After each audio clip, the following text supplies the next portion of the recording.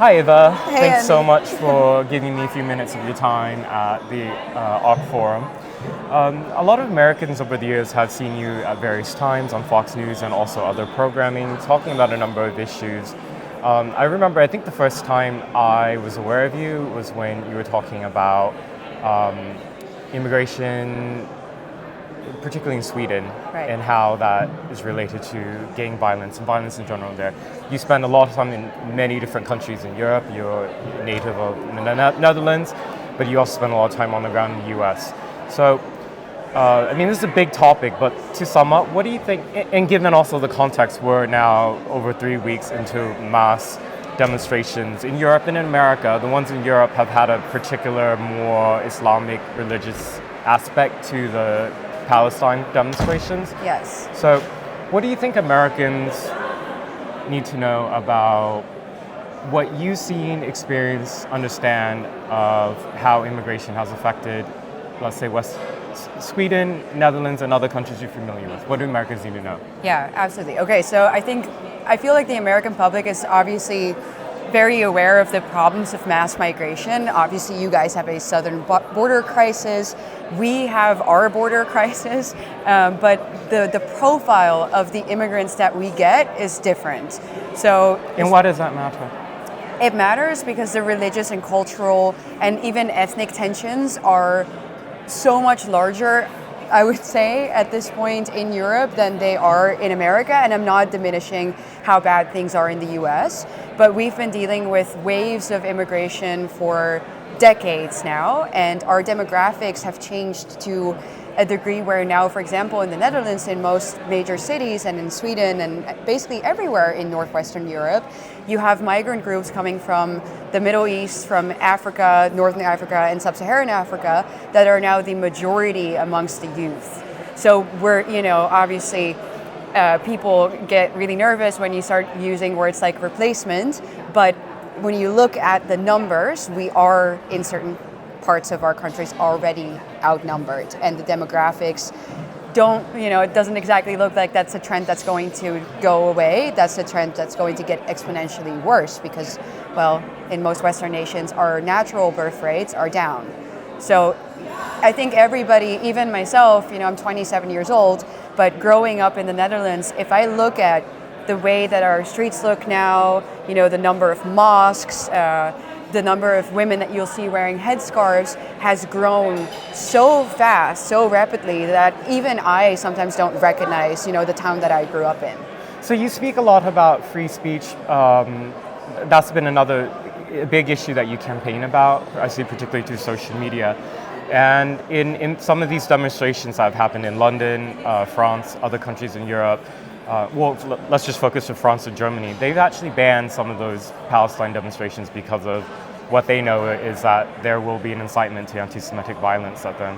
In London, there's been calls for jihad and other fundamentalist extremist language.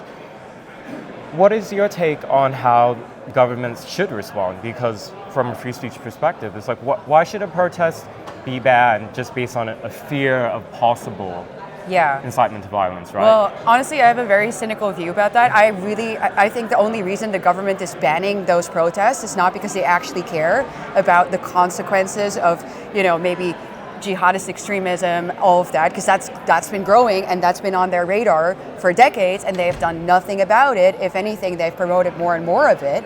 They just don't want the general population to see it, and to see it in such, confined spaces, like here in London, the footage of the bridge, like the footage that you've shown us, hundreds of thousands of people together, suddenly, like those masses that have been told that, first of all, mass migration wasn't a thing, like that was even called a conspiracy in the Netherlands. They said, oh no, immigration is of all times and it's not happening at such a fast rate. They always try to suppress the truth.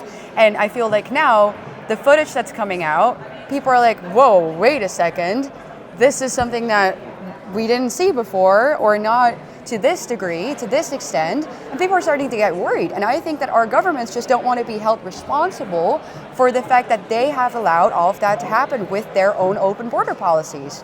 I think it's about their reputation. So you provide commentary and analysis. Have you posited any ideas on what you think, let's say, the Netherlands can do with a certain segments of its immigrant populations that are radicalized or of a separatist mindset. What do you think can be done?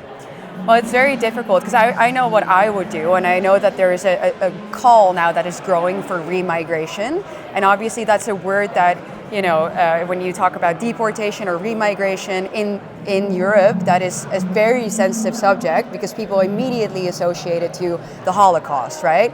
Falsely so, but it's something that has happened and has been sort of used to suppress that type of anti-immigration sentiment or the wish for remigration. Now, I would argue we absolutely need that in order to change the trajectory that we are on.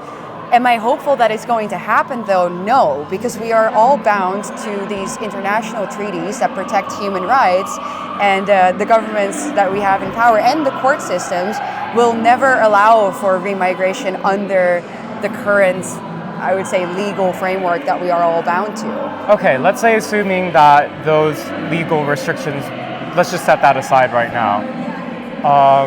How would you even incentivize people to leave? I mean, life in the Netherlands is a lot better in North Africa or the Middle East or anywhere really in the developing world. How would you incentivize that? Right. Well, there are some naive parties that have mentioned, for example, giving people a sum of money to leave. But then usually they set that so low that anybody who has, a couple of functioning brain cells will do the math and will be like, well, that is maybe 1 year of, comfortable living back in my home country.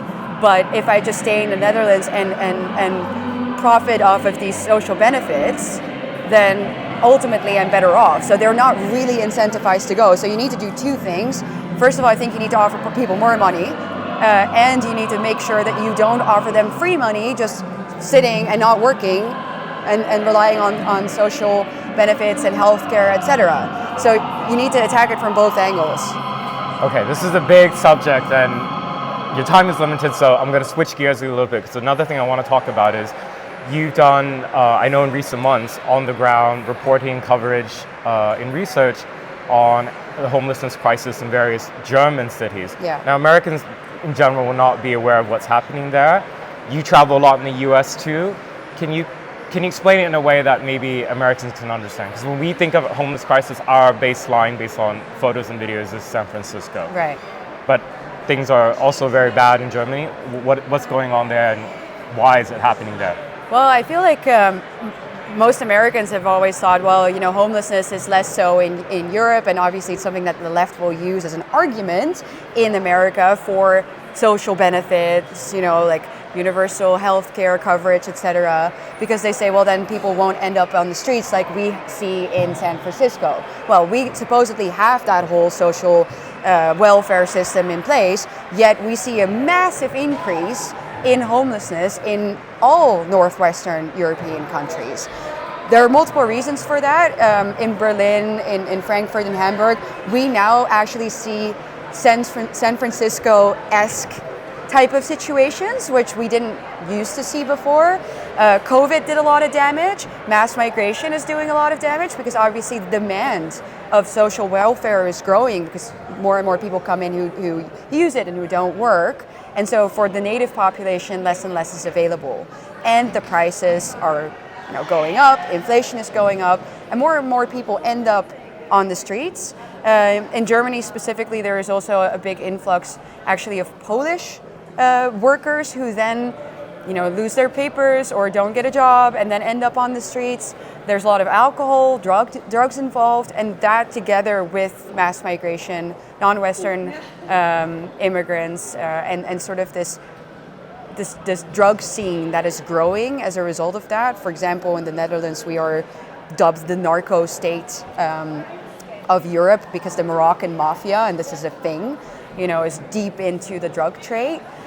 All of those factors combined have just, pushed us towards a similar type of homelessness that we didn't used to see. Okay, last question then. What can European lawmakers learn from America in terms of our homelessness crisis, would you say? Well, I mean, it's funny because the homelessness crisis in America is obviously very closely correlated to blue states, right? Blue cities. So usually the left-wing policies of giving out drugs, giving out needles, all of those things, they don't work And we see that in Germany as well. The worst place that I've been to in Hamburg, called the Drop-In, that was a place where they would provide homeless people with needles and drugs and etc. And that is now basically a no-go zone. So if you facilitate people in that sense, you're going to aggravate the problem. I feel like that's what we've seen everywhere. And then, governments can spend less money on fake, non-existing crises, such as the climate crisis, and stop sending billions of euros to Africa and maybe take care of the people that they have within their own confines. So that would be just a thought, but you know. Okay, everyone, this is Eva Vlaardingerbroek. The always controversial, ending on a very controversial note. And where's the best way for people to follow your work? On X, I would say right now. I'm on Instagram too, but predominantly on X. That's at Eva Vlaar. So thank you. Thank you, Andy. It's always a pleasure to talk to you. Thank you.